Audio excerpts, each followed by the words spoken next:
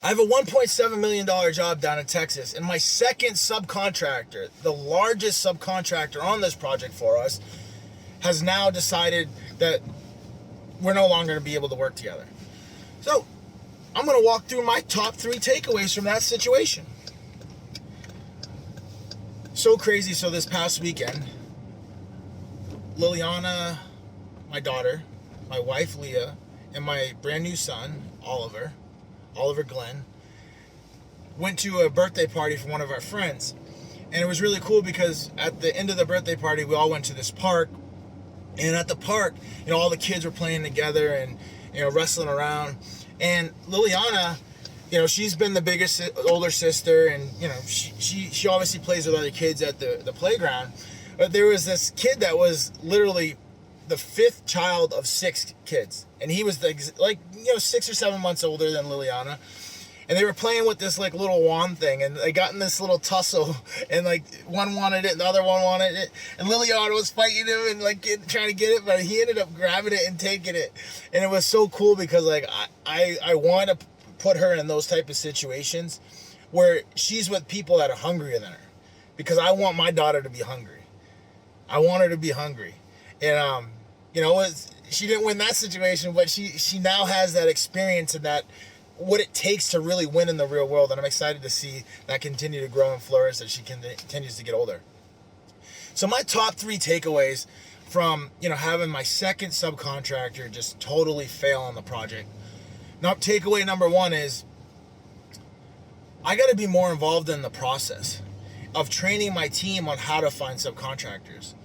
That was a situation that I totally abdicated. I wasn't a great leader 2 years ago, 2.5 years ago, when I trained that person that was finding the subcontractors how to go and accurately and find the best subcontractors.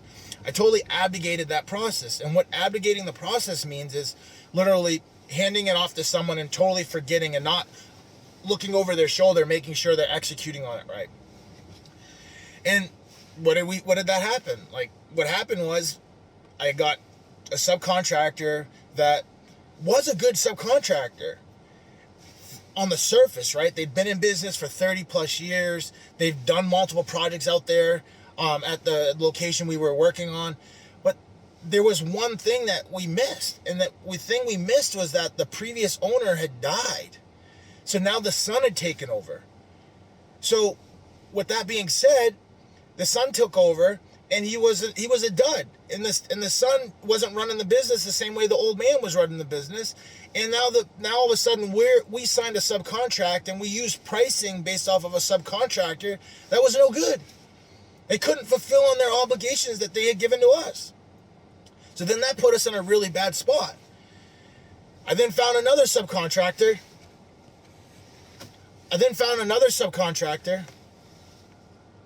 And then that subcontractor was good, but they wanted to move so fast. And they moved so fast that they lacked quality of the construction. Therefore, we get a month or 2 months down the road, and I have my customer that's upset with me because the quality isn't there. And there's things that are done that are just instead of drilling a hole, they burnt the hole with a torch. So instead of the hole being a clean circle, now it's this jagged edge. Just the little small things that really solidify you as a good quality contractor, and that people want to continue to do work with you. And, that guy wasn't it. So we had to just move in different directions. And another thing that really aggravated me with that guy was that he constantly wanted more money. He just wanted more money, and wanted to just run into the next project. What I mean by run into the next project is that we had these canopies in different locations that we had to install. So we would get 75% done one, and then run to the next one, and run to the next one, and then run to the next one. Instead of just finishing the first one 100%, making sure it was total quality, it just wasn't going to work, right? And wasn't going to work because those guys were hillbillies. They thought they were working at their dad's house or something, and they would just be able to run to the next thing and leave all these half-open projects unfinished. And that's not how it's going to work.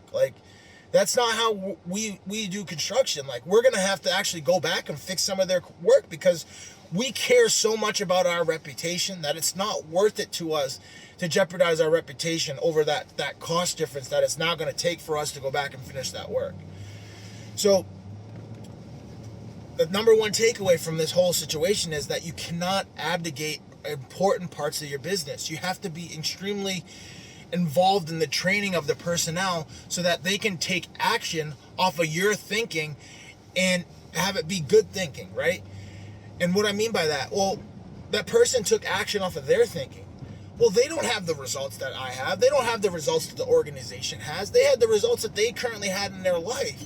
So they were great results. I'm not saying that they were bad, but they weren't to a level or a standard that the organization had been accustomed to. And we missed a couple details, and then those couple details blew up in our face when it really came down to action and making things happen. And now we're dealing with subcontractors that were no good. So we finally signed a contractor that he also submitted pricing, but he was one of the higher contractors when we got pricing in the very beginning. But we signed with him because we want to get this project done. We want it to be right. We don't want to keep wasting time on this job. We want to just keep moving forward. So we signed up with him, and he's executing. He's got all the tools, the equipment. We're not running around trying to help him. He's got the team to clean up after themselves. They're just a quality contractor, and I'm so excited that we finally have a good contractor in place. My second takeaway from this whole situation was that you do not run. You do not run from tough situations. Like, this was a tough situation for us. I mean, we're now dealing with first subcontractor no good, second subcontractor no good. The government's starting to look at us like potentially maybe we're not any good. And I'm like, no, we are good. And that's where the tough decisions need to come in. And it's really tough in those spots because there's cost involved, there's money involved, there's people involved. But you have to make the best decisions for the organization so that the organization can survive and move to the next phase of its growth, right? So we continued to push and fight and scratch and claw. And like, we let the stands talk, and we just kept working in the field. And now we're in a really good spot with this place. You know, there was an inspector from the very beginning of the project that, you know, was approving all of our work, and then we got a new inspector on the job, and he wasn't happy with the work. So like, there's all these like personalities that need to be worked out that are extremely frustrating. We have concrete that's getting ready to be poured, and now all of a sudden I get a call from my team saying, hey, the inspector came out here and he's shutting us down, like, we can't pour. Like, so that situation is extremely frustrating, and that never would have happened with that first inspector, but that's not the situation we're in right now, so we got to deal with it. And the way we deal with it is we just got to keep pushing forward and keep taking it and keep moving forward. So that's my second takeaway, is don't run. Like, the first subcontractor that we dealt with, he ran. The second subcontractor that we dealt with, he ran. He demobilized off the job site, like, literally in the middle of the night, and ran. He ran. Didn't want to stand behind his quality of workmanship. Didn't want to stand behind what he did in the field, right? That's never been our motto. We always stand behind everything we say we're going to do. And honestly, I sleep better at night because of it.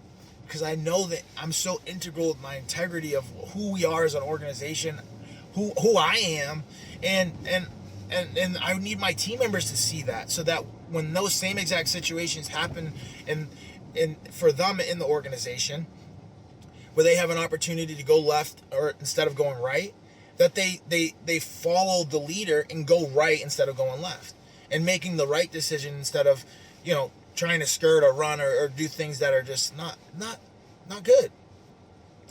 And my third and final takeaway from this really painful time in the organization of trying to figure this thing out and trying to put the new team together and dealing with the cost overruns and dealing with all of the things that come with it, is that no one job is going to save or break the organization. What do I mean by that? well, we got to continue to go out there and get more projects. Like, yes, we have to take care of the situation. We cannot run, but we need to continue to move the organization forward. Like, you can't get totally distracted by this. Like, it's consumed me, right? It's like I'm thinking about it. I'm getting frustrated about it.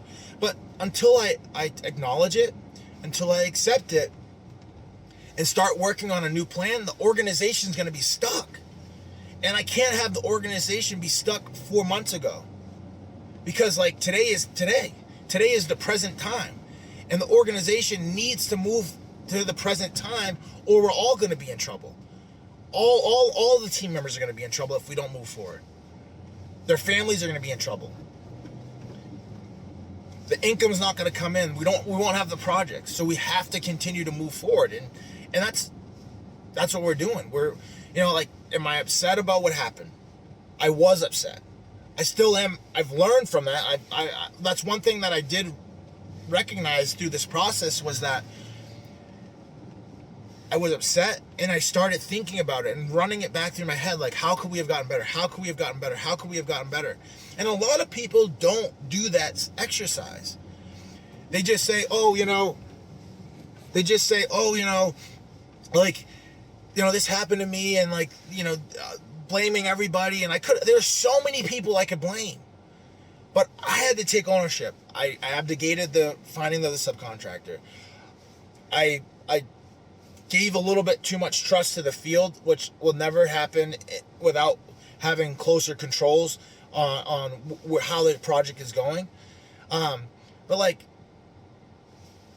all of those things happening, we still got to stay focused on where we're going and how we're going to get there.